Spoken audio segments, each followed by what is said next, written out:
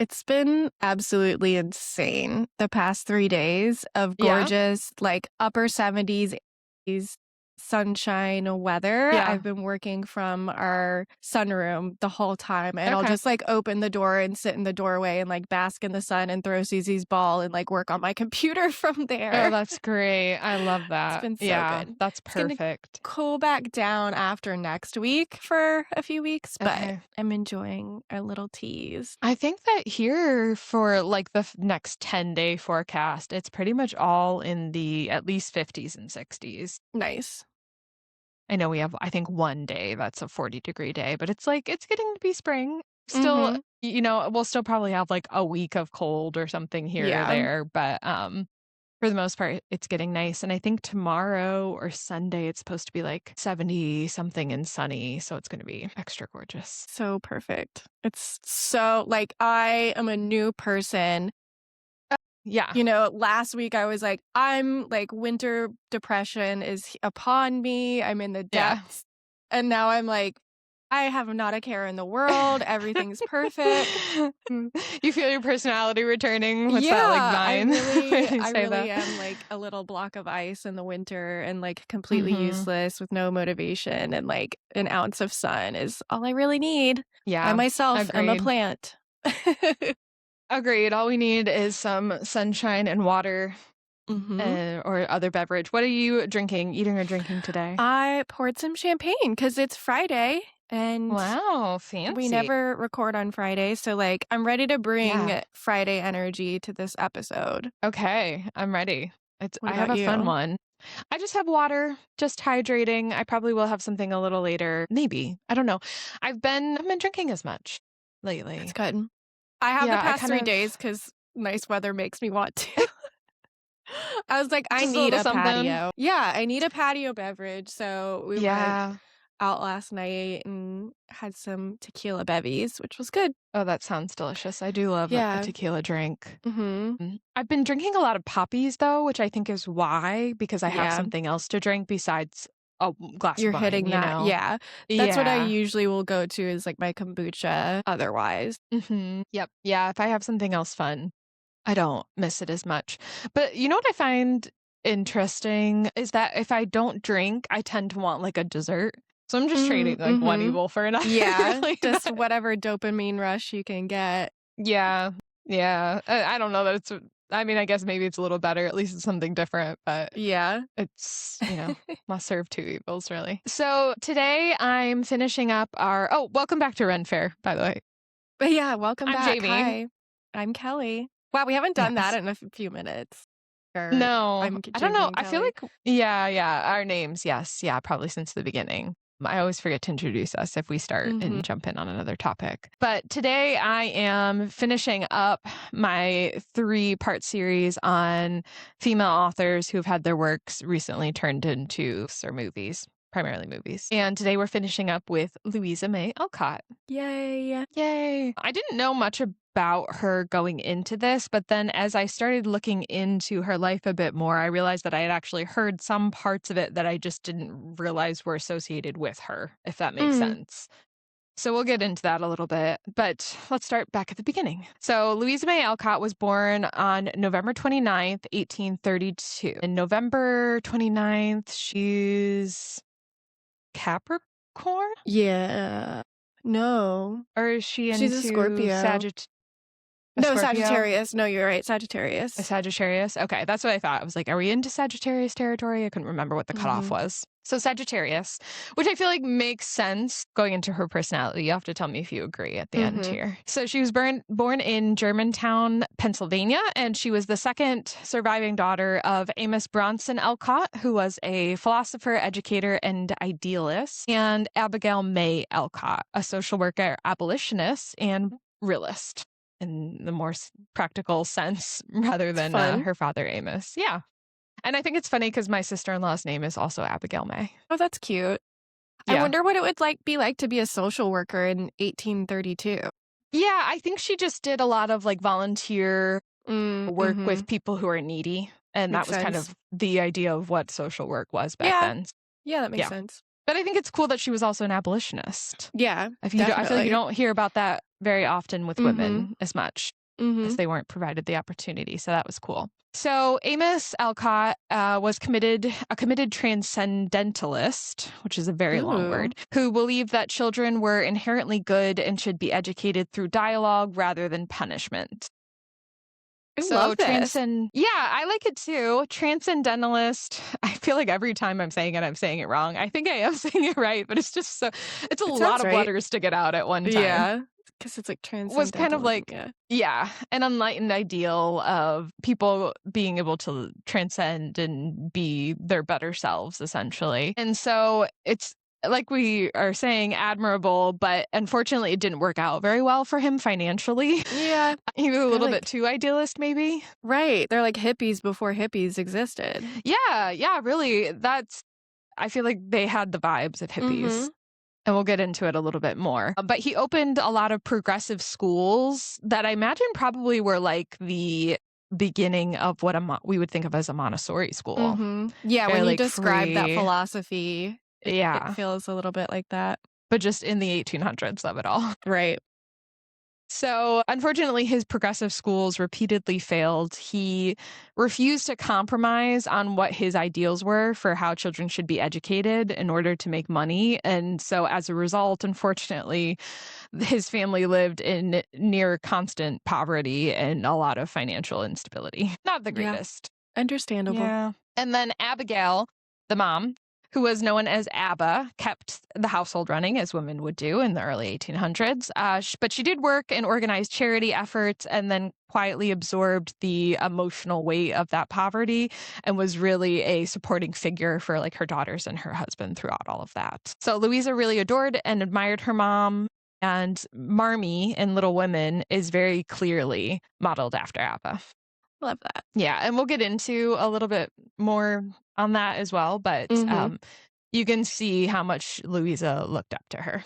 So, the sisters. Louisa was one of 4 surviving daughters, and each sister heavily influenced the book Little Women. Anna Alcott is the one who is the Meg figure. So Anna Alcott Pratt, she was born in 1831, 1 year before Louisa. She's more responsible and more conventionally feminine sister. She worked as a teacher and later pursued acting as well, which is fun. She married John Pratt, which is mirroring Meg's marriage to John Brooks in the book. So we didn't stray too far. Like she kept the Yeah. name and everything. But Louisa sometimes felt that Anna embraced domestic life more comfortably than she could, which Mhm. is understandable. So Anna was warm, steady, very socially adept, and very much the template for how Meg March is in motherhood and marriage in. 1 second, time out, 'cause I know, Okay. like, I'm thinking about Little Women via gosh, what's her name? The director. Yeah, I Who literally did have her name in Barbie. here to talk about later. Yeah, hold on, let me scroll and I'll find it. I'm blanking on it right now. Well, we all know, Um, like, the Little Women, yes, yeah. that Little Woman. So I know that Florence Pugh is Amy, and then Saoirse Mhm. Ronan is Jo, but I forget the other 2. Like, is that Emma Um, Watson? Is Meg Emma was that Watson? I can't remember who the others are. I didn't think Emma Watson was in that, but she must be Jo. Let me find it. No, she's Meg. Oh, she is Meg? Okay. Yep, she's Meg, and then Beth is some woman I don't know. Eliza Scanlon? yeah, I Anyway, don't I'm know trying to, her like, picture either. them in my head, and I wanted to make Yep. sure I was Yeah, thinking you're of the right. right ones. So Saoirse is Jo, Florence is Amy, Emma is Meg, and then Eliza is Beth. Okay, perfect. Sorry, Going into it, continue. and I'll figure out what the director's name is here soon. I can't believe I'm blanking on it at the moment. I know, we've been talking about Emerald Fennel so I much. know. I can literally only think of Emerald, but I feel like her name also starts with an E, and it's like on the I tip of my know. tongue, and I can't remember it, but it's fine. We'll Somebody get to it. listening is yelling at us right Yeah, now, yes, which I do but all the we'll time just on let it podcasts too. slide. I'm like, it's this. Yeah, I do Why too. can't you hear me? And then Elizabeth Sewall Alcott is the Beth figure. So Elizabeth was Mhm. born in 1835. She's shy, gentle, more musically inclined of all the sisters, and she contracted scarlet fever in 1856 after helping a poor immigrant family, which is the same storyline that we see Also, in Little Women. yes. She never fully recovered, and then in 1858, she died at only 22 years of age. So she thrived for 2 years before ultimately Mhm. passing from it. Louisa, or Lizzie, as she was called, like the death of, or excuse me, Elizabeth, who was called Lizzie, her death was really, really devastating, obviously, as it would be to the whole family, but especially to Louisa. They just had that special bond. And so she was, in addition to Marmee, kind of the emotional center of the family, like we see in Little Women. And so it's very much her storyline is mirrored in Beth, and it was a very intense grief that everybody experienced because the family was so close. And then Abigail May Alcott is the Amy figure.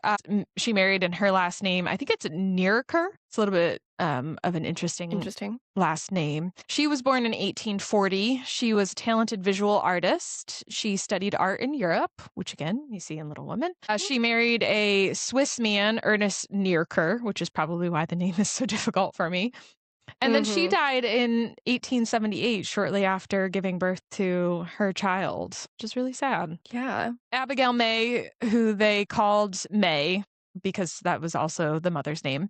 She was ambitious, artistic. She was, like Amy's character, interested in beauty and like the finer things in life a lot more than any of the other sisters. And her relationship with Louisa had a lot of tension, just like Amy and Jo's does in the book. Louisa saw her as the baby of the family, and she was indulged, and she felt like she was more practical than all the rest of the sisters. And so that causes some conflict between the two of them.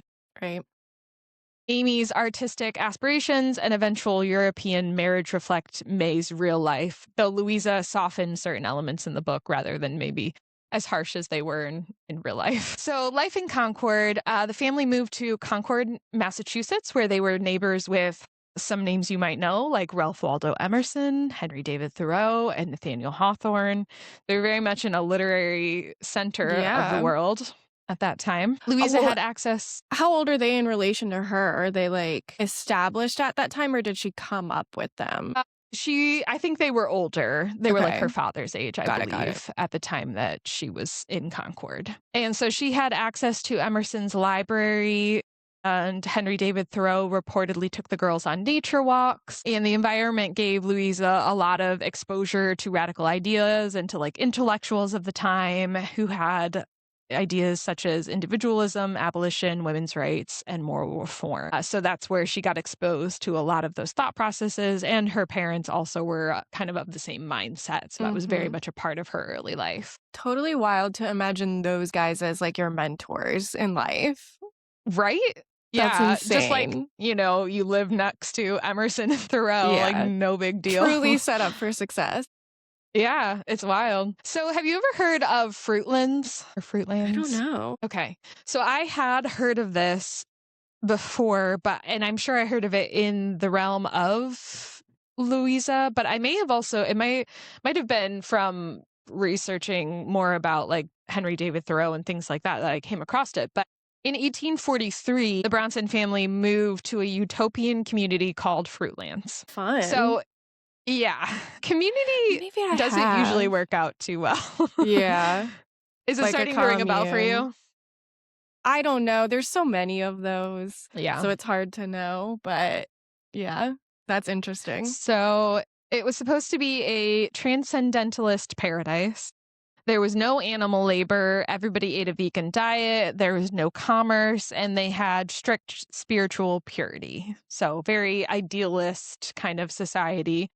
Unfortunately, it lasted less than a year. The family nearly starved. Winter came, and the ideals that they had had of the society were not getting people fed. And so it pretty quickly disbanded and it was just not very successful. So Louisa later in life wrote a satirical account of it, actually, called Transcendentalist Wild Oats, exposing the impracticality of her father's ideals at the time. Oh, man. Which is kind of funny. So funny.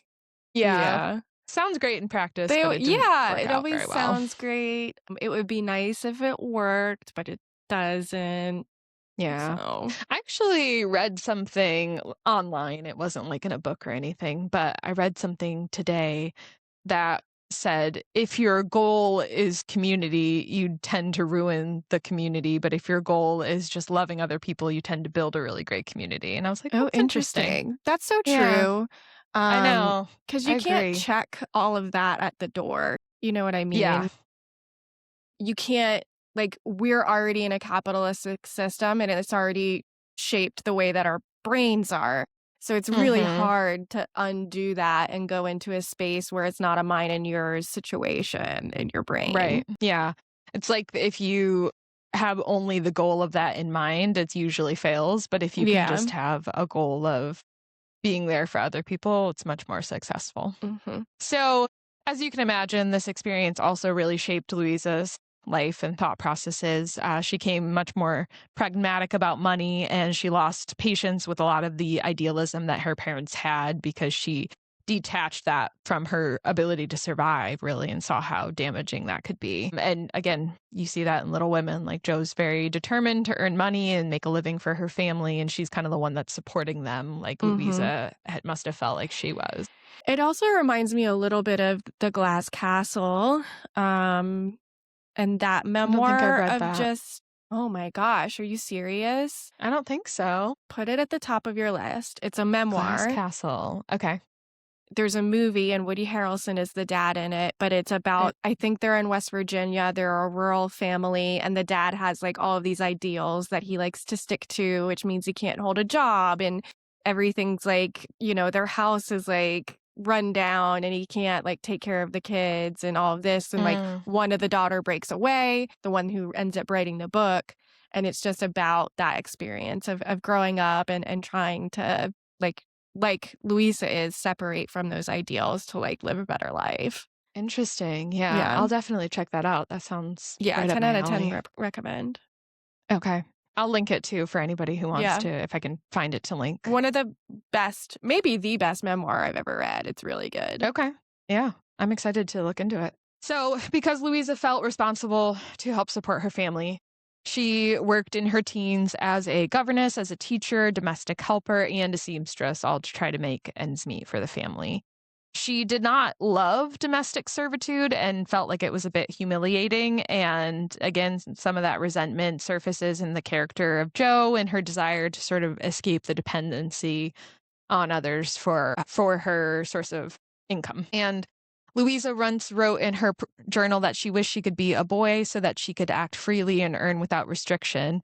And that tension between the expectations of her gender that were there at the time and then her personal drive is a central theme in Little Women. And I think I have it farther on in my notes as well, but a lot of people also speculate about maybe what her gender choices would be or what she would kind of identify as Mhm. nowadays, because she does often reference that she felt more like a boy and that she wished she was a boy. And, so that's just something of note that I wanted to mention as well. Mhm. And I wonder that is interesting because I try to think about it, obviously, in today's context, hearing that you think trans, non-binary, something like that. Hmm. However, like, at that time, was it purely just out of the jealousy of the freedoms that men have? Whereas today, women Yeah, have more of that, and so it's, like, a further right. distance to go. Yeah, And that it's very well interesting could to be, debate. everything is just speculation at this Mhm. point since we can't ask her anymore. But yeah, I could see it going either way,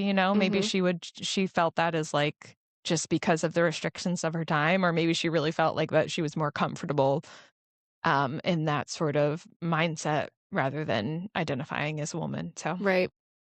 it's hard to say. So, the emotional climate of the household, the Alcotts really valued morality over wealth. They often gave what little money they had to poorer families, which we see in Little Women as well. The girls were encouraged to constantly improve themselves through self discipline and moral daily practices. And Marmee's speeches in Little Women about anger and self control are speeches directly from Abba, their I mother. love that. I know, isn't that cool? Mhm. So, as Louisa was working to help support her family, she wrote some sensational short stories, such as Behind a Mask under a pseudonym A.M. Barnard, to earn money more quickly. They were gothic thrillers that were full of revenge, disguise, and passion, and it's often surprising for readers who only know her as the author of Little Women to discover that she was publishing things that were a little more edgy Yeah. and dramatic as well, kind of like Drastically different.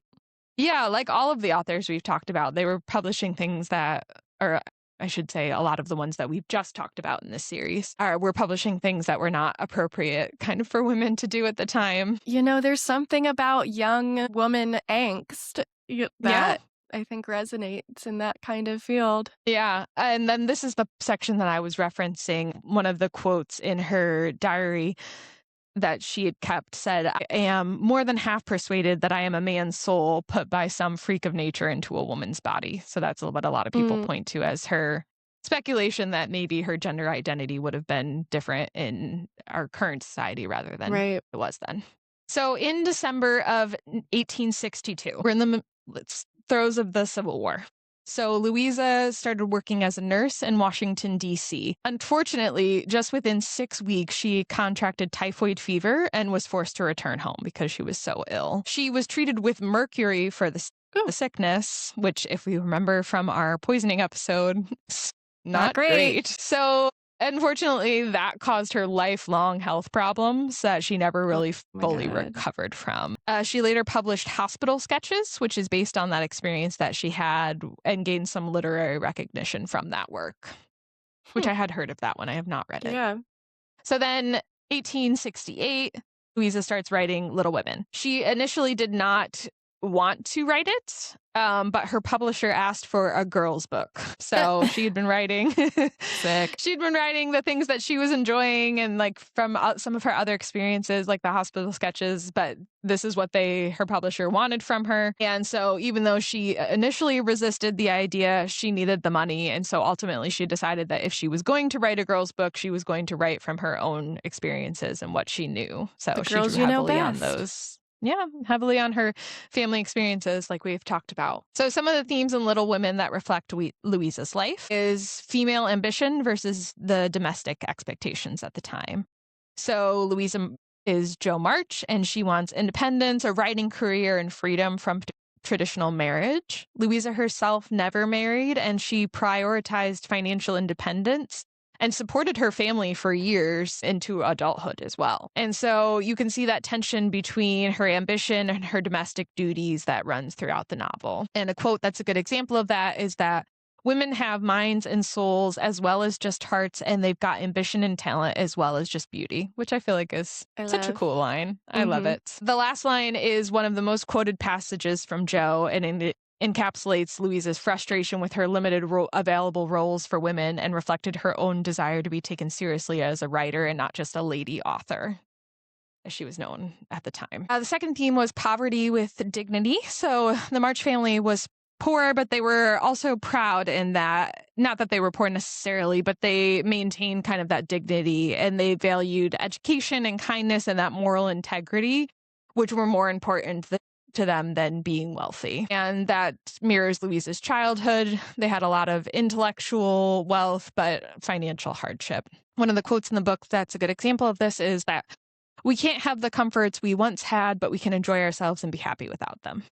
Love it. And so the March family's poverty is not presented as shameful, but morally grounding, mirroring Louisa's own upbringing. And then the third theme is sisterhood as the central love story, essentially.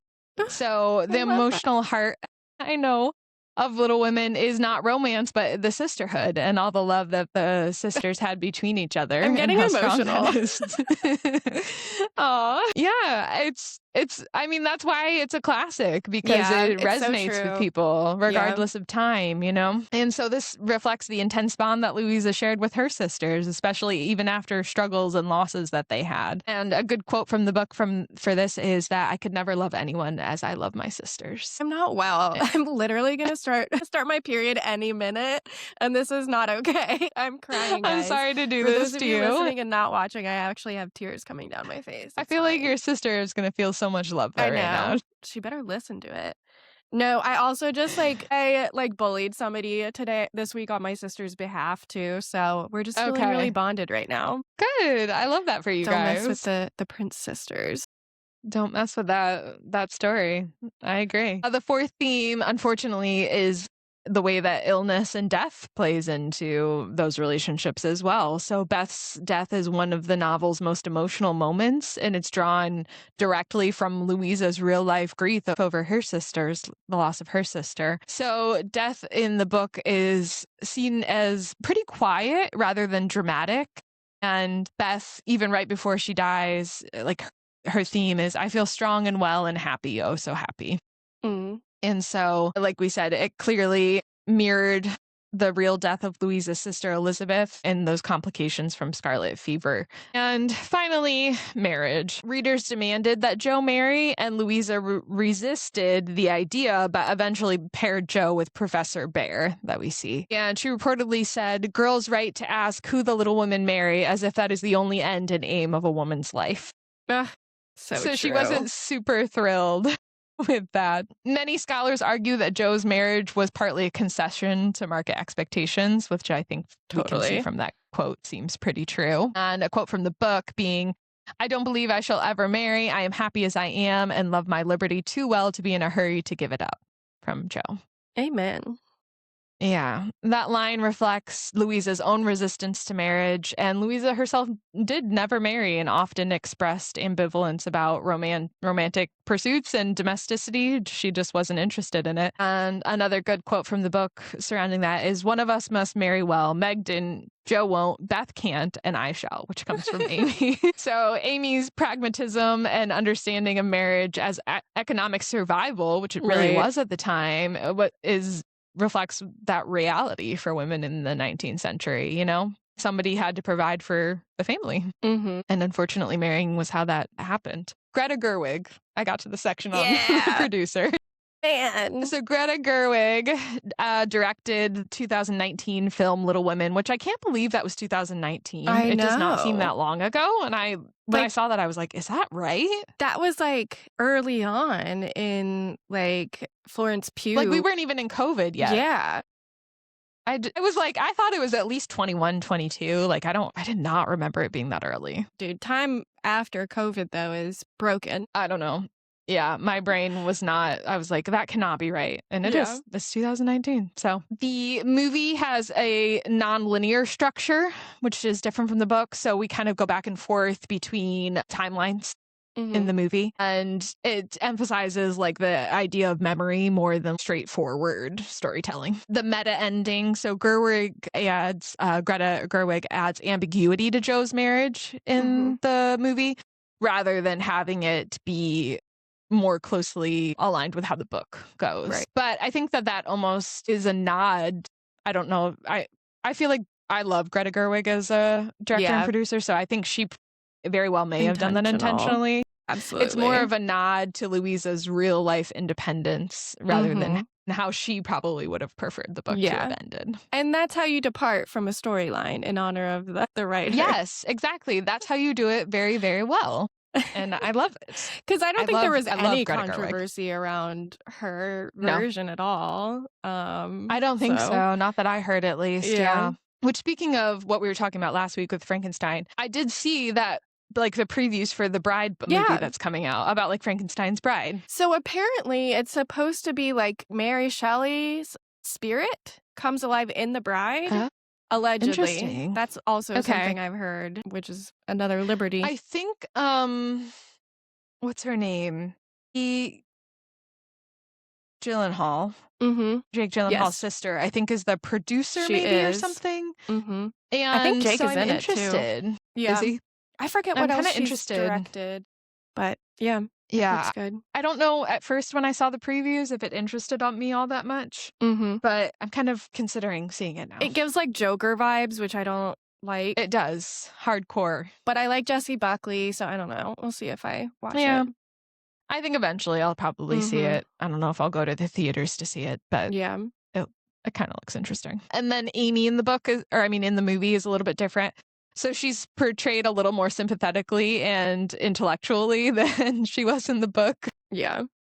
The film gives her a powerful monologue about marriage being an economic proposition for women, which is not really like explained as explicitly in the novel as it is in the movie. So yeah, those are the differences. But again, like we said, her art. So yeah, I know. Like we said, though, very pretty closely aligns with the book, with just some creative liberties taken. So one other interesting or lesser known detail that I wasn't sure where to put, but I thought was cool, was that Louisa was the first woman to register to vote in Concord after women gained partial voting rights there. Fun. That's Isn't really that cool? Cute. Like, does she get a know. button? Like, what does that look like? I love that. I don't know what that looked like at the time, but she was the first one, which is like, good for you. That's fun. So moving on after the publishing of the book into Louisa's final decade, she was still caretaking. So in 1879, Louisa's youngest sister, who's the one who would be Amy, died in France just a few weeks after giving birth to a daughter. Louisa was nearly 47 at the time, but she took on Amy, or Abigail May's daughter, Lulu, brought her back to America and raised her as her own child, even being later in life at that point. So she stepped into the role of provider and protector. And even at the height of her literary fame, she was still an anchor for her family and providing for them in a lot of ways and like their caretaker. So despite never marrying, she could still be a marmee. Yeah. Yeah, she was. And she wasn't in great health herself. She never really recovered from her typhoid sickness and the literally mercury poisoning that she had. The compound that they used was called calomel.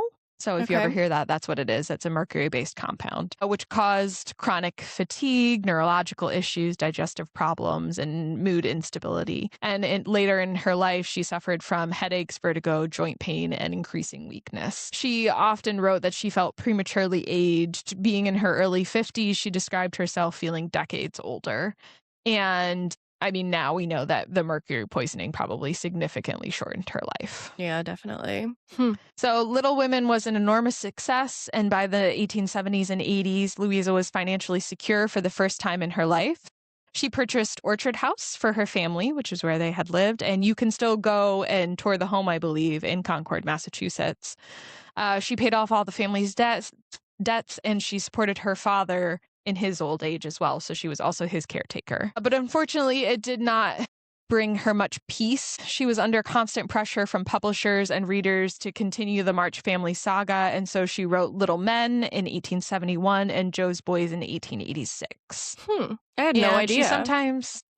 I had heard of Little Men before. I had not heard of Jo's Boys, but they're two, I think they're sequels to it. Sounds right. Kind of follow the family. Yeah. She sometimes expressed frustration that her thrillers were forgotten and that she was confined to this wholesome domestic book writing that she didn't want to be in the first place. How ironic. Yeah, but it's what was giving her independence, so she could continue to support her family, and so that's what she kept writing. Yeah. Well, So her father, Amos, like I said, Louisa had spent much of her life caring for him and kind of compensating for his impracticality and idealism that put the family in a poor spot. I find it interesting that in the Little Women book, the father is not present. Yeah.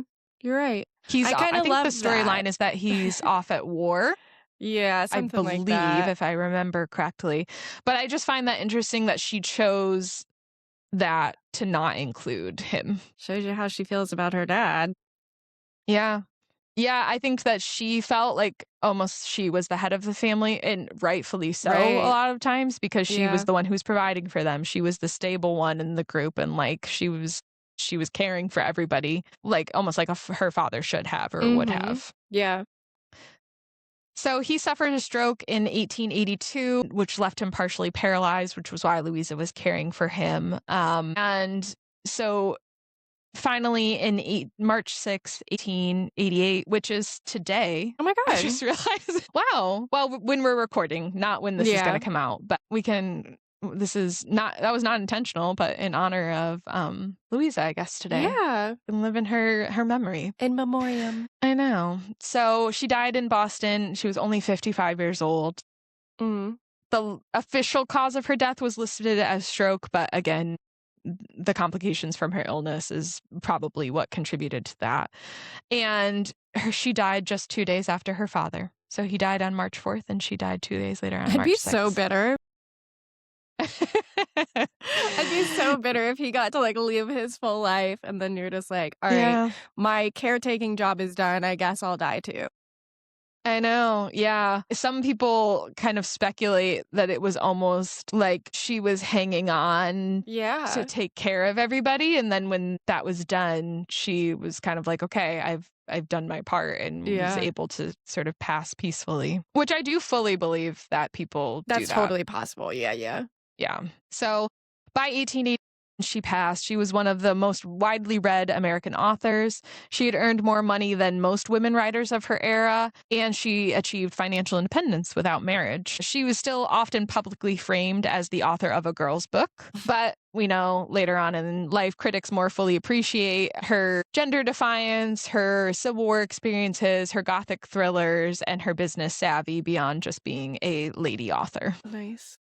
Little Women continues to endure, like we said, because it explores ambition versus expectation. It centers around women's interior lives without trivializing them. It allows for growth without erasing people's individuality, specifically the sisters, and it acknowledges that love, work, grief, and compromise all coexist. Louisa May Alcott wrote what was supposed to be a simple girl's book, but instead created a story that still sparks debates about feminism, ambition, and what it means to choose your own life. A true classic. Yes. So we can all appreciate Louisa May Alcott and her life and the great literature that she brought. And I think I'm going to try to add some of her other books to my to-be-read list. Yeah, in honor. Obviously, we have to read the ones that she liked. The ones that she wanted people to read. Yeah. Yes, exactly. So that's all I have for us today. So are you a Jo? Are you a Meg? Are you a Amy? I feel like none of us are Beth because none of us want to be the one that dies, but she still has a personality. I also just don't have like that gentle of a spirit, I don't think. That too. We're not that nice. I feel like I would align with Jo most closely, and I think you probably would also agree with that. Yeah. That you do as well. Yeah. For sure. Yep. I think sometimes I can be a little bit like Amy though too. In the pragmatic just in like certain aspects. Way, for sure. Pragmatic and also like enjoying the finer things of life too as well. Maybe a little bit more, not like a girly girl, but a little bit more, I don't know what the word is, but you know what I mean. Yeah, it's like and because we live in a modern world, we can be both. Yeah, right. I don't think that would be possible for them. Because we can achieve what men can now, we can also enjoy those finer things because they're on our dime, whereas like in that situation, it's not on her dime kind of thing. Exactly. Yeah. No, totally agree. Even some of those quotes about like, even like, I never cared about getting married. Like that was not a priority for me. Like to be with men was never a priority for me in my youth. And it's almost like maybe in my youth, I was much more Jo. And now I have leaned as I've been older and found somebody who I can be feminine with. It's different now. Yeah. Yeah. So you would also say though more Jo and then maybe partly Amy, or do you identify with? Okay, I still my core is still Jo. I would say. Yeah, for sure. I agree. Default mode. Fun. That's a great question. Yeah. The other funny thing about this topic is that when we are speaking to Susan and referring to me, we refer to me as Marmee. Oh, really? Yeah. That's so cute. I love that. It's really funny. Yeah, it's such a fun. And I love that it's cute. Like her mom was called Abba or Abba, however they had said it, and then she kind of translated that nickname into a character in the book, as well. Yeah, so it's fun. I love it. Fun. Well, that was very cute. Thanks. I love Louisa May, but didn't know any of that. Yeah, like I knew more about Emily Bronte and Mary Shelley, so that was interesting. Yeah, I feel like she's very often forgotten, but her life is just as cool. Yeah. As everybody, like all the other female authors that we talked about. But I think it's because, which is sad, but I think it's because she wrote like a girl's book that people almost forget her a little bit more when talking about feminism. The wider community isn't going to talk about her as much. Yep. Well, at least we're giving her flowers. Exactly. Yep. And speaking of flowers, that's a great segue. Oh, yeah? We're going to talk about... What are you talking about today? The spring equinox. Oh, and fun. Ostara and Easter and how they are or are not all connected. I think we have a pretty late Easter this year, if I remember correctly, right? It is, I think. I think it's like mid-April or something. End of, or no, it's end of... I remember it being late. First week of April, maybe? I don't know. Let me look. Maybe it's early. Maybe that was it. I know I remember thinking like something was weird with Easter this year. Yeah. It's annoying that it's not the same day every year, but I know it's part of like the calendar. Or like the same week or something. Like I get that like Thanksgiving's not always the like same day. Wildly different. Yeah, it's super early. It's on the 5th this year. That's what it was. Okay. It's like much, much earlier. Well, the spring equinox is the same time every year, the midpoint Okay. between the summer solstice and the winter solstice. So kind of celebrated between the March 18th and March 21st. So that's when it officially becomes spring. It's also when you switch from Pisces into Aries, which restarts the Mm. year in terms of the zodiac calendar as well. So if you have listened to all of our episodes, you know that previously we've covered Samhain in relation to Halloween and Yule in relation to Christmas. So these are two other holidays celebrated on the neo-pagan or Wiccan Wheel of the Year, the 8 Sabbats. Today we're going to talk about Ostara, which is the Sabbath that is celebrated on the spring equinox, but it isn't as cut and dry as the other two were once I got into it. Really? So we know that Samhain and those festivities directly influenced Halloween. And then we know that Yule festivities also kind of directly influence how we celebrate Christmas today, that those were ancient holidays that have been kind of transformed in different ways. But it's not quite as cut and dry with Ostara, because technically Ostara is not an ancient holiday. It was only made to be a holiday as part of the Wheel of the Year. So it's quite modern. Okay. So while there Interesting. are clear connections to Easter, and we'll talk about them today, we can't say that thing that the blanket statement of like, oh, all of the Christian holidays are from pagan holidays that people like to kind of Mm. use. Like, it simply is not true in this case, which is And I fun. can see that because I haven't heard, like, when we talked about Samhain or when we talked about Yule, I was like, oh yeah, I've heard that before, but like I've never Exactly. heard that surrounding any of the spring holidays, so I Mhm. can see that. Yeah. So the basics of Ostara, like I said, it's one of the 8 Sabbats on the Wheel of the Year. It celebrates the spring equinox, which is between March 19th and March 21st, that kind of halfway point. It falls between Imbolc, which is celebrated in February, which marks the early beginnings of spring. It's like you're the midpoint between winter and you start moving towards spring. So they kind of celebrate that. And then what comes after it is Beltane, which is May 1st, which is also considered May Day. So, a lot of the symbols of Ostara kind of reflect the ideas of fertility and rebirth and renewal. It's marking the beginning of the agricultural cycle when farmers start to plant seeds and things like that. So, very much around, spring themes. All Very makes springy, sense. yeah. Yeah, very springy. But yeah, it is not an ancient holiday like some of the other ones. It was formalized in like the 1940s and 50s and Oh popularized around wow, then. very recent, yeah. So while it does have pagan roots and we can look at some ancient mythologies that kind of tie into it, it wasn't actually a true holiday that like the Celtics were celebrating like the others. So the goddess that does connect with this, and there's actually kind of two that we'll talk about today. So there's Ostara, which is the namesake, but there's also Easter. It's Eostre. So I'm going to call it Easter, but E it's not Easter. Eostre. Okay. All right.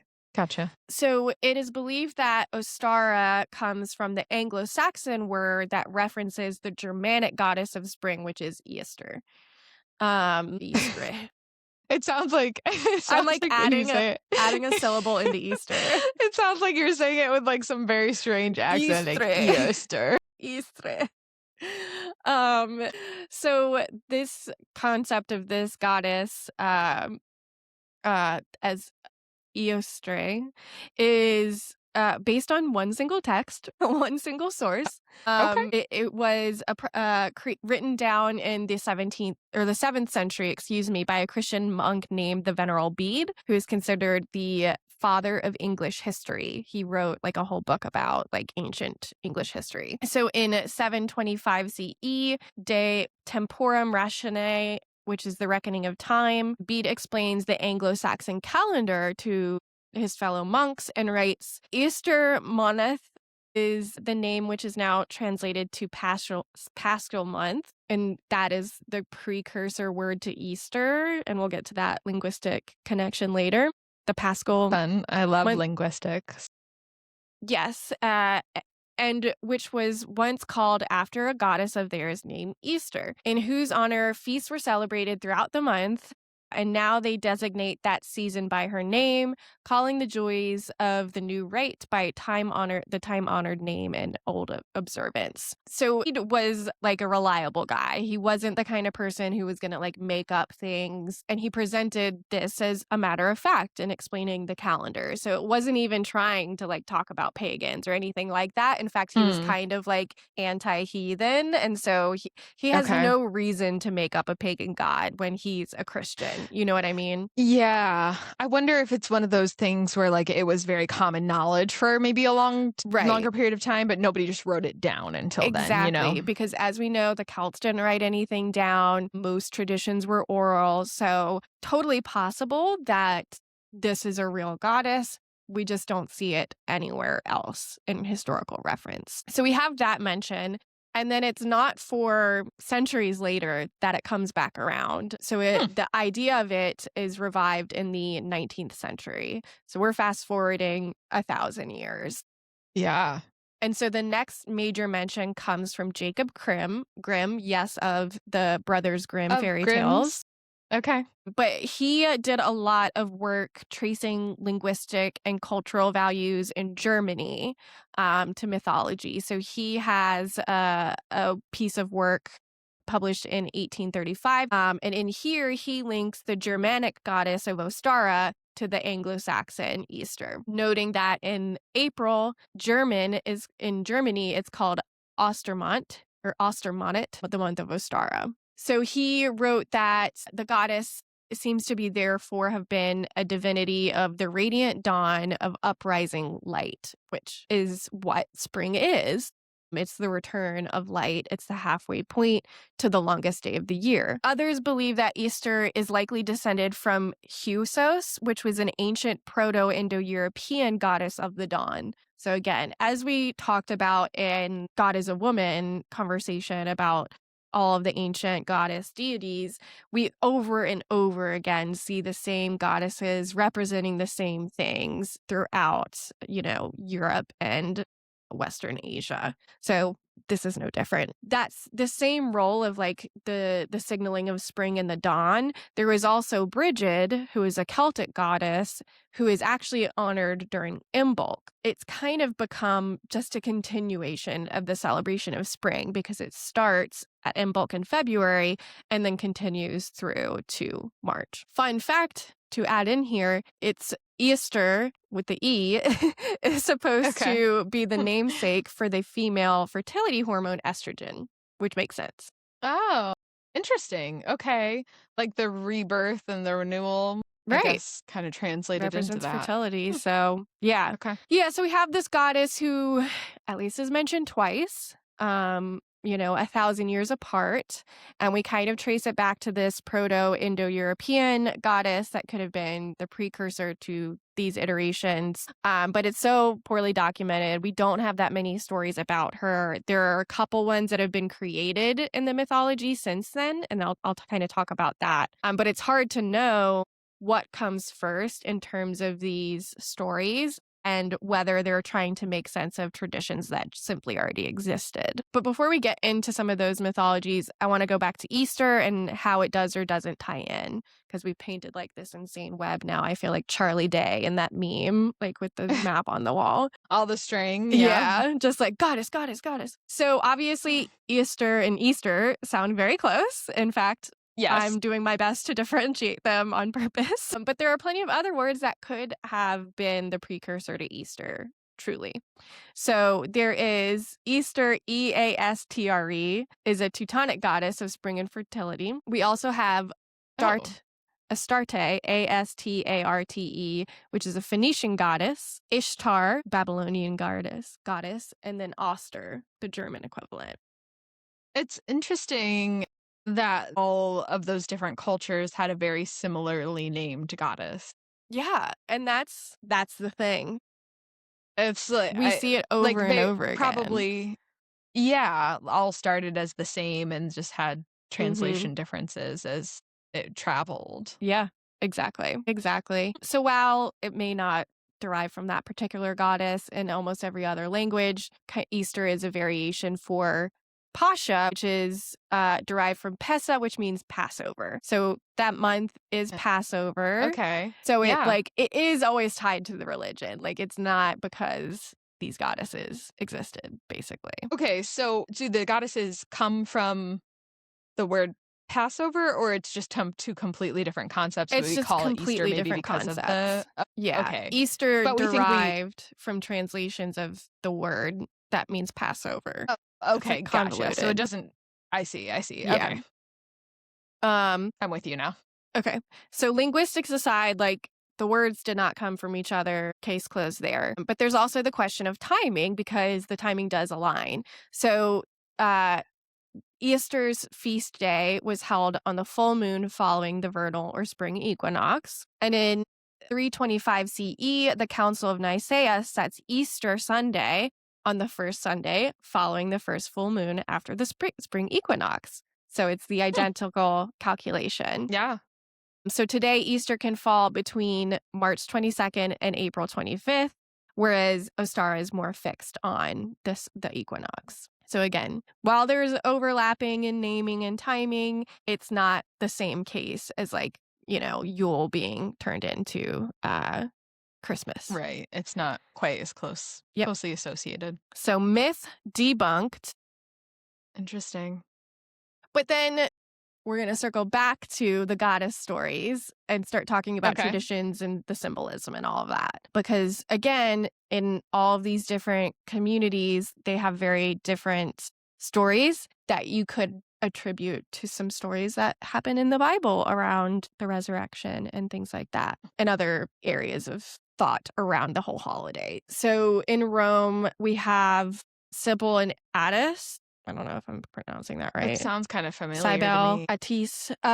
So followers believed that Cybele's consort Attis, who was born of a virgin, died and was resurrected each year at the vernal equinox, which was March 22nd to 25th, according to the Julian calendar. And there was a whole festival called Hilaria that involved themes of death, mourning, and resurrection. Sounds familiar?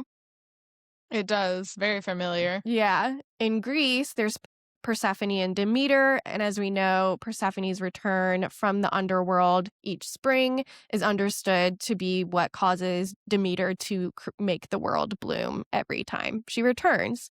So obviously, there are celebrations around that return as well. So we're starting to pick up the snowball of themes around this holiday. Then in Babylon or Samaria, there's Ishtar and Inanna, so the Mesopotamian goddess of love, fertility, and war, with their own underworld kind of descent and return myths. And then in Egypt, there's Isis and Osiris. The resurrection of Osiris at springtime ties into the themes of life overcoming death and that cyclical nature of nature. So that, again, very similar to the first story of the resurrection. And then in the Mayan community, there's and this is definitely going to be butchered, Kukulkan.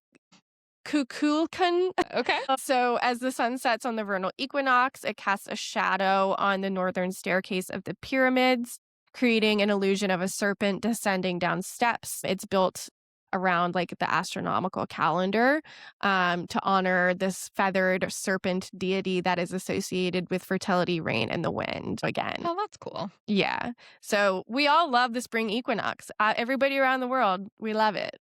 That's fun. Obvious reasons, all the reasons I talked about at the beginning of this episode. So yeah, I think favorite part about this story is, again, I love to see patterns showing up all around the world of people all interpreting the world and phenomenon in the same ways.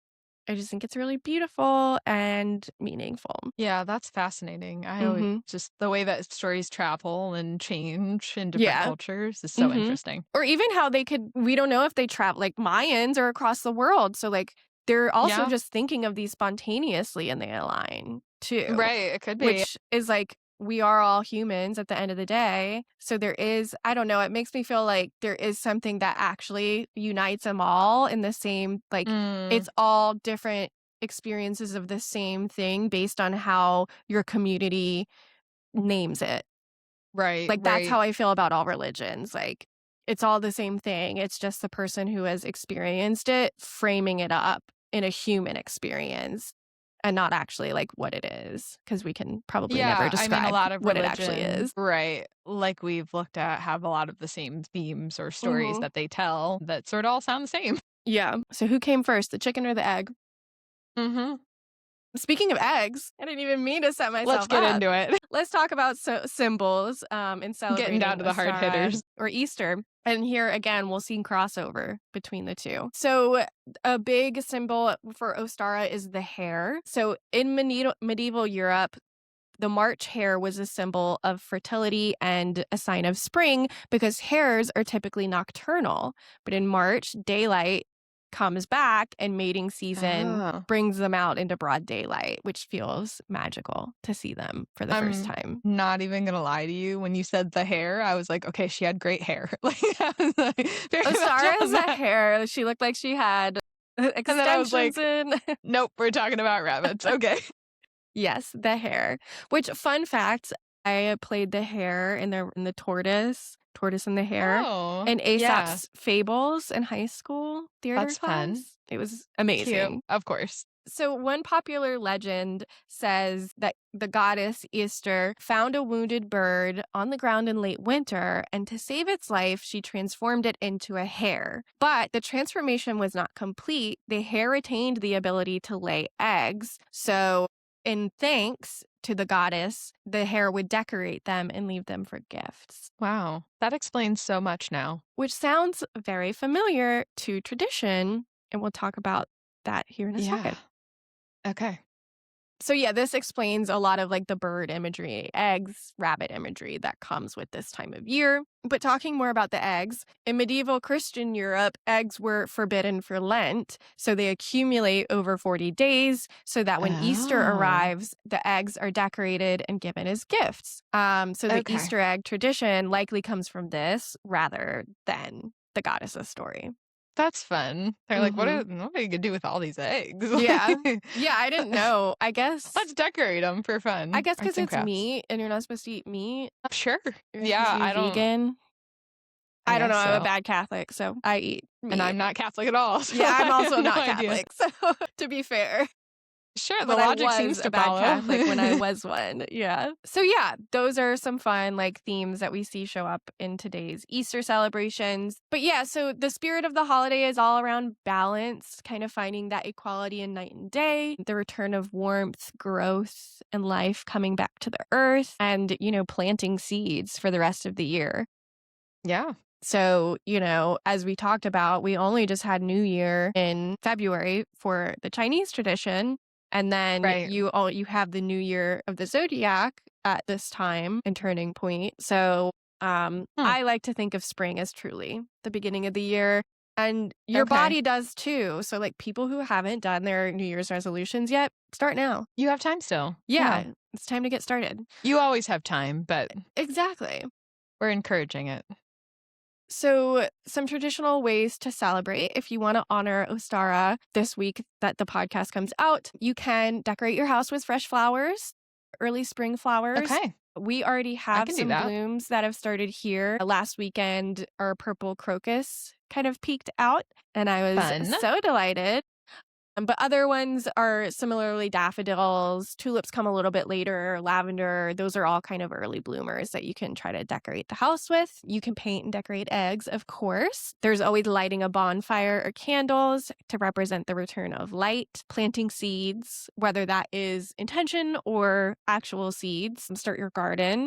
Take a nature walk, go outside and be thankful that winter is over and you survived and there are brighter days ahead. I have been trying to get back into my walks. It's still a Mm-hmm. little cold, like it's starting to warm up here. It's still a Mm-hmm. little cold for walking, but I just, even if I can go out for 10 minutes, I try to. Exactly. Yeah. So yeah, that's the gist. And, Fun. it's younger than it seems as we think of Yeah. with most kind of pagan traditions. But really, it's a mid-century modern formulation made by some random guy who decided it should be part of a year and has Yeah. no actual influence on Easter. So consider the myth Well, busted. I feel like we're so full circle because we started out this episode talking about how it's getting warm and I know. we're loving the weather, and we're ending it talking about it getting warm and loving the weather and the fresh start. So The circle it's a of really, life. it just fits together so perfectly, Yes. just like this episode. It's true. Yeah, because I feel like Louisa May Alcott gives spring vibes in Little Women. Yeah, Like it's always like they're outside that's a fair. lot and like Frankenstein is very winter. Yeah, As I know we're is ushering in Wuthering a new Heights. season. That's Fun. all we got. Very topical. Thank Mhm. you. You could rate the show if you feel like it. You can hit a little bell icon if you're on Spotify and find out when our new episodes come out. Mhm. If you want to follow us on Instagram, we are there at RenFairPod, and also on TikTok at RenFairPod, I believe. And if you want to, I forgot to mention this last time, we're not going to do video episodes on Spotify anymore because it seemed like people maybe weren't as into those. But if you would like to see the video, you can go to our YouTube channel, which is also at RenFairPod, and watch the video there if you prefer to listen and watch at the same time. But for Spotify, for now, we're just going to leave it as an audio podcast. So if you don't want to watch the video, you have options. Indeed. Yep. It was great to talk to you guys today. It was great. Have a happy spring. Enjoy the summer, the warmer weather, and we'll talk to you guys next time. Cheers. Bye.